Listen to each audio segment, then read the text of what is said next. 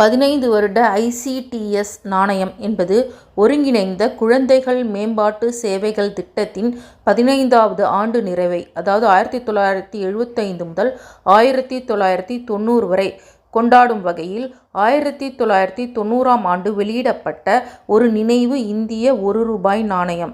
இதன் முன்பக்கத்தில் அசோக சிங்கமும் பின்புறத்தில் 15 வருட ஐசிடிஎஸ் உருவமும் கொண்ட குழந்தையை தாங்கியிருக்கும் ஒரு தாயும் இடம்பெற்றுள்ளனர். இது குழந்தைகள் நலன், சுகாதாரம் மற்றும் கல்விக்கான தேசிய உறுதிப்பாட்டை குறிக்கிறது. இது செப்பு நிக்கலால் ஆனது. மும்பை மற்றும் ஹைதராபாத்தில் அச்சிடப்பட்டது. இதன் உலோகம் செம்பு நிக்கல். இதனுடைய எடை தோராயமாக 6 கிராம். இது எங்கு அச்சிடப்பட்டதுன்னா மும்பை, அதாவது பம்பாய் மற்றும் ஹைதராபாத்.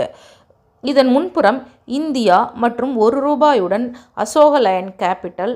இதன் பின்புறம் 15 வருட ஐசிடிஎஸ் மற்றும் வசுதைவ குடும்பகம், அதாவது உலகம் ஒரு குடும்பம் என்ற புனைவுகளுடன் பிரகாசத்தால் சூழப்பட்ட ஒரு குழந்தையுடன் அமர்ந்திருக்கும் தாய் உருவம் உள்ளது.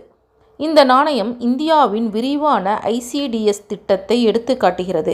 இது பொருளாதார ரீதியாக நலிவடைந்த பிரிவுகளில் தாய் மற்றும் குழந்தை ஆரோக்கியம், ஊட்டச்சத்து மற்றும் ஆரம்ப கல்வி ஆகியவற்றில் கவனம் செலுத்தி குழந்தைகள் நலனுக்காக விழிப்புணர்வை ஏற்படுத்தும் ஒரு முக்கியமான அரசாங்க முயற்சியாகும்.